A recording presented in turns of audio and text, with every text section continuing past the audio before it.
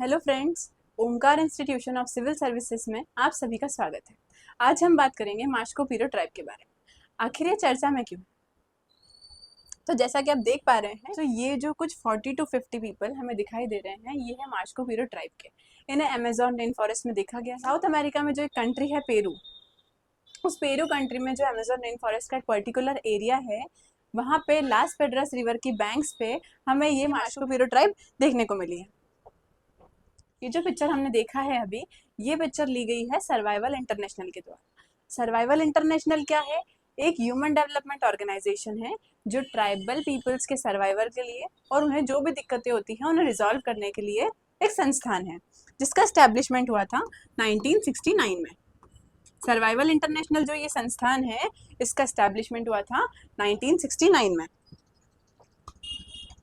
अब आप देख सकते हैं, ये जो ट्राइब के लोग हैं, ये जो माश्को पिरो ट्राइब के लोग हैं, ये लोग बाहर आने लगे हैं अपने एरिया से।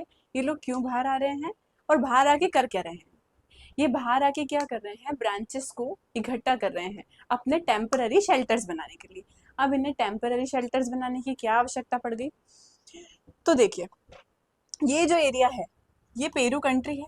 पेरू कंट्री में ये जो पर्टिकुलर एरिया है, ये अमेजोन रेन फॉरेस्ट का एरिया है। यहाँ पे क्या हो रहा है? एक कंपनी है।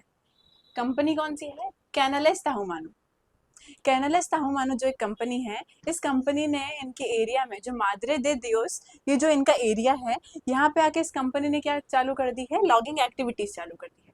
लॉगिंग एक्टिविटीज क्या होती है? इनका जो एरिया है, वहाँ पे इन्होंने ट्रीज कटिंग का काम चालू कर दिया है। अब ट्रीज कटिंग करके ट्रांसपोर्टेशन भी होगा ही। ट्रांसपोर्टेशन के लिए इन्होंने क्या किया है? वहाँ पे 200 किलोमीटर से भी ज्यादा का रोड का कंस्ट्रक्शन चालू कर दिया है, जिसके कारण इनके रेसिडेंशियल एरिया के जो ट्रीज हैं, वो भी कटते जा रहे हैं। अब जो ये ट्राइबल पीपल्स हैं, ये लोग अपनी सभी जरूरतें ट्रीज से पूरी करते थे। अब वो ट्रीज ही कट गए, तो ये लोग जो है अपनी जरूरतें पूरी नहीं कर पा रहे हैं। इसलिए ये अपने एरिया को छोड़ के धीरे धीरे बाहर आने लगे हैं। क्योंकि ये एक अनकॉन्टेक्टेड ट्राइब है, ये अभी तक बाहरी दुनिया से अलग है, अलग एरिया में रही है, अमेजोन रेन फॉरेस्ट के अंदर ही रही है, कभी भी बाहर नहीं आई है।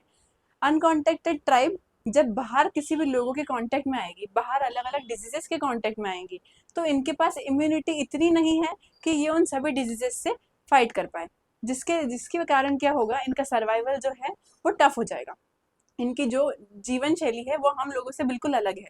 अगर ये बाहर आते हैं तो इनका जब कांटेक्ट अलग अलग डिजीजेस से होगा, तो इनके सर्वाइवल को बहुत ज़्यादा इफेक्ट होगा। तो आप देख सकते हैं, ये जो पेरू कंट्री है, यहाँ पे है ये एरिया। ये पेरू का कैपिटल क्या है?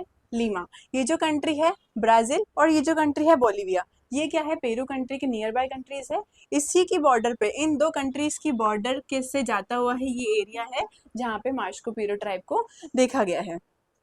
अब वहाँ की गवर्नमेंट ने क्या किया है? वहाँ की जो प्रेसिडेंट है डीना बॉलवर्ड्स, इस ट्राइब के सर्वाइवल के लिए उन्होंने क्या किया है?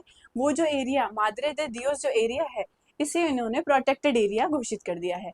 प्रोटेक्टेड एरिया क्या होता है कि जो भी भारी एक्टिविटीज वहाँ पे हो रही है, जो ये कैनालेस ताहुमानू कंपनी जो वहाँ पे आके ट्रीज कटिंग का काम कर रही है, उन सब पे इन्होंने रोक लगा दी है, ताकि जो बाहरी एक्टिविटीज की वजह से इस ट्राइब को अफेक्ट हो रहा है, वो अफेक्ट ना हो, और ये ट्राइब्स अकेले और शांति से जिस तरीके से रहना पसंद करती है, इस तरीके से वो वहाँ पे रह पाए। तो आज के लिए इतना ही। Thank you so much.